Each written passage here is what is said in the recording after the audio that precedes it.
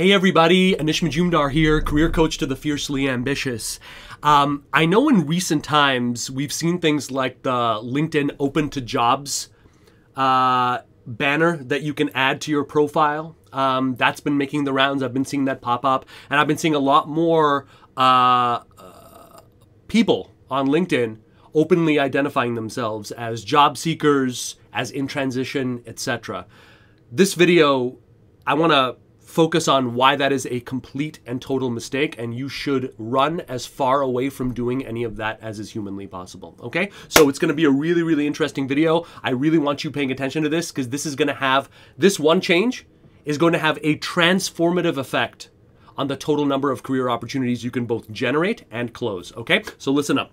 Number one, okay, in the realm of why shouldn't you ever identify as a job seeker, and maybe you know, you're listening to this and you're asking yourself, okay, Anish, that's all sounds well and good. You know, I've been out of work for a while now. I need to get back in the workforce. I need to get doing this. What possible harm could there be in terms of just making that really, really clear? All right. So I want to go through three reasons here, three big ones. Okay. The first one is that identifying yourself as a job seeker and trying to land your next job that way goes against human nature. Let me explain. Is there a difference between someone pulling up to a car dealership because they've spent hours researching, they've identified their, they've discovered their ideal car, they've like built it out, priced it out many times before, you know what I mean? They've talked their spouse's ear off about it, and now they're here, right? They're committed. Is there a difference between that situation and me as a car salesman going out into the middle of the street right now and just holding my billboard and saying, cars for sale, any cars? Maybe eventually the second way I would get someone in, right? But what's the attitude? This guy's selling me something. Yeah, look, I wasn't intending on buying a car anyway, but you know, whatever, I'll do the best, you know? It's not a good starting point. It is not a good place, and it gives you zero leverage in terms of any type of hiring discussion, employment discussion that you're having. Because you know that you are out of work. We know that you have no income. So you're waiting around, basically, metaphorically speaking, by the phone, waiting for it to ring. That's great for an employer. That is terrible for you. Okay? So, what's the opposite? Discovery. Employers are human beings at the end of the day, like anybody else. You know, the people that you're going to be speaking to, the people that you're going to be generating, that's not a company. That's a person, right? It's a group of people at most. What they want is to discover. They want to discover you. They want to be able to say, I found this amazing person and he or she has an incredible perspective and a way of looking at this problem that I've never seen before. I need to speak to this person. So I would focus your efforts on LinkedIn around a couple of things that'll help you get discovered, okay? Don't take this route of being a job seeker because it is a problem masquerading as a solution. So here's a couple. Engagement. You know, to those of you who think that having a static LinkedIn profile and just putting your resume up there and calling it a day is going to net anything, you're dead wrong, all right? You're dead wrong. You've got to focus on engagement. Whether that means status updates, whether that means leaving comments on high-performing posts, whether that means signal boosting, which means you're basically calling out people in your network and saying, this person you should follow, this person is sharing great stuff. Whatever that is, that should be a regular part of your day. If you're in job seeker mode, that should be a major part of your day. And what I would schedule is, I don't mean like in terms of you're spending hours on it, but definitely 20 to 30 minutes every day, just engaging.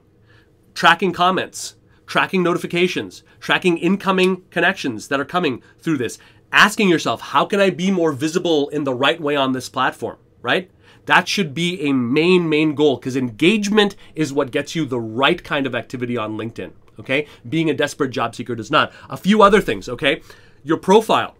If you want to increase how often you're discovered, you got to make this thing work in line with the top 1% of your competitors. And now, one thing I've certainly heard in the 11 years plus that I've been a career coach has been, well, Anish, you don't understand. I'm such a precious, rare, unique, you know, butterfly unicorn, insert your metaphor, that I have no competition. Stop hiding behind that excuse. Okay? That's just your insecurity talking.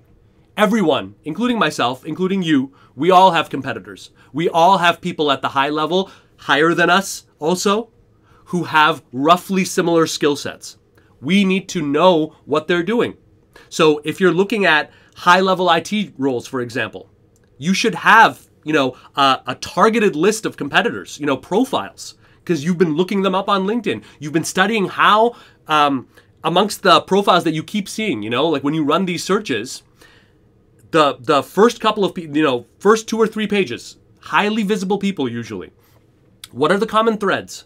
How are they branding themselves? The important things, the headline underneath your name, the about section, the endorsements, recommendations. How have they set themselves up there? And how can you use that? An easy hack here, take a look at the keywords that your competitors are looking at and bring in keywords that work. That's one step towards this. But you've got to make sure that your profile plays ball and ideally is turning up in searches for your competitors, when you do those searches. And if it's not, or if it's getting lost in the shuffle, or if you are reaching the end of a week and you're looking at how many people viewed your profile and you're unhappy about it, you've got to drift in the laneway of your competitors. You've got to make sure that whatever sets you apart, whatever makes you unique, is set up within a framework that is established and high level and has been proven to work, okay? So that's the second part, right? Engagement, profile drifting, and the third part, scary as it may be, outreach.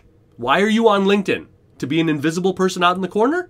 Or are you out there to be a better provider to your family, to see the limits of your ambition, to have incredible positive impact just when we need it most, in the way that only you can do?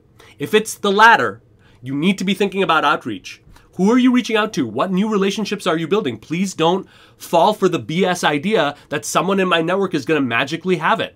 For most people, when you're looking at the road ahead, it's the second degree connections in LinkedIn parlance. The people who are friends of your friends, who have the lion's share of opportunities you're going to be interested in. What are you doing to activate those people?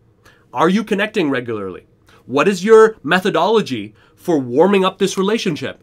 And scary as it may sound, what is your technique right now for getting calls on the table? If these things are not in your mind right now, all of them need to be. Because all of these combined is going to be an order of magnitude higher than putting your hand up and saying, desperate job seeker here. Number 2, okay? The number 2 big reason why you should never identify as a job seeker on LinkedIn, okay? It makes conversations with the right people harder. Now, notice I said the right people. You're going to have conversations with HR recruiters if you brand yourself as a job seeker, for sure. But you're going to have commodity-based conversations. The overwhelming majority of them will be that. They're going to be, how long have you been out of work? How many years of experience do you have here? Don't get your hopes up in terms of your asking price. Don't get your hopes up in terms of moving up a seniority level, even though you should have gotten that 3 to 5 years ago. Listen, you know what the situation is like out here. I'll do the best that I can, but no promises. And basically, the majority of the outreach that you're going to get in terms of people coming to you are going to be, not to mince words, I'm not going to say unethical, but the wrong types of hiring people. Recruiters, HR, these are all gatekeepers. These are not the people you should be speaking to. If I solve high-level pain in terms of I work with business partners or business leaders to solve their marketing strategies, to implement a new business model, to find a way to make global operations agile and scale-worthy, then I need to be speaking with those business leaders. My whole focus should be on LinkedIn, getting myself visible and positioned enough so that I am very credible and credible enough to connect with those people and cultivate that relationship and get calls on the books. And if you're not doing that, and you're saying, look, I just said, look, I'm a job seeker, that's who I am, well, you're losing out on all of that. And you might get some activity. But like I said, it's the wrong type of activity. And how long do you want to spend answering gotcha questions, feeling insulted, feeling ghosted upon, and fundamentally being treated like a number? Because the gatekeepers who are running searches on LinkedIn for unemployed, in transition, job seeker, all of that, I promise you, these people are not looking at you and your unique worth. They just want to get a whole bunch of numbers together so they can put a bunch of suggestions in there and one person will win, which means I get my commission. That's all. They don't care about you. So don't try to please them and stop trying to cater your profile and what you do towards them. The third one, okay, arguably the most important, it puts you in the wrong state of mind. It's depressing to hop on LinkedIn or hop on anything and look at that word unemployed. Look at that word open to jobs, hashtag, like the hashtag makes any difference. You know, it just reminds you of what you don't have. And that's not a good mentality to solve this problem. Whether it's getting ahead, landing a new job, making a big pivot, whatever that is, that's not the right mentality. It depresses you. It makes you feel powerless. It makes you feel dependent on the favor and approval of others. What I want to challenge you to do instead of that is think of yourself like an expert. Think of yourself like someone who already has offers on the table, who already has dialogue going, who already is in the midst of conversations with high-level leaders who are trying to pick your brain, who are dealing with major problems. There's money there as well. You're in that situation. You're already making a difference. And it doesn't matter whether, don't get stuck in this trap that just because I didn't pay you, you can't refer to this conversation as an anchor point of that influence. There's plenty of people I speak with, plenty of people I teach and train, including through videos like this, that I'll never work with one-on-one. You know, I'll never be able to work in that life-changing capacity. So I'll use all of that because at the end of the day, I serve my purpose. I serve what that impact is. For me, it's making people free. It's getting them out of this servitude that we call just getting ahead in corporate America. This crap that makes you feel like this, that takes a noble, decent human being and converts them into an interchangeable, replaceable number. I hate that. And I will do everything possible, as much as I can, to shift that for as many people as possible or die trying. That's where I'm coming from, you see. So I don't really care whether or not these people are clients, these people are not. I'm lucky enough on a weekly basis to get feedback, to get messages from people I'm connected with who are like, Anish, thank you so much for that post, for that video, for that webinar from a year and a half ago. You have no idea what a shift it made, but me and my family are in a different place, and I never worked with them one-on-one. But that only happens when your vision of yourself increases and you realize you don't need anyone's permission to make an impact. You don't need anyone's permission to validate who you are, and you don't need their check to start feeling like you've got a purpose. You can make an impact right now through engagement. You can make an impact right now through calling a few people that you know closely, that you know they already know, like, and trust you, but for whatever reason you haven't reached out. And you can talk about the impact that you're having. You can talk about the conversations you've already had hiring, name drop those companies. Whatever you want to do, put yourself into that mode. An expert with momentum, not a job seeker without. And all of this is going to break wide open. Guys, please remember this. In our world, they keep the real information, the real pathways hidden, and they advertise the crappy, frankly, shitty pathways that no one should ever be following. And they hold that up as a big truth, as what you should do. It's a sucker game. And identifying yourself as a job seeker hews into that. So I strongly encourage you not to do that. And now, if you've been listening to this, and you've been asking yourself, okay, that's all fine and good, but I don't know the faintest way on how to engage effectively or how to set up my profile or certainly how to outreach. How do I manage these working parts? I've got a solution for you. I want you to go over to helloanish.com, HELLOANISH.com right now.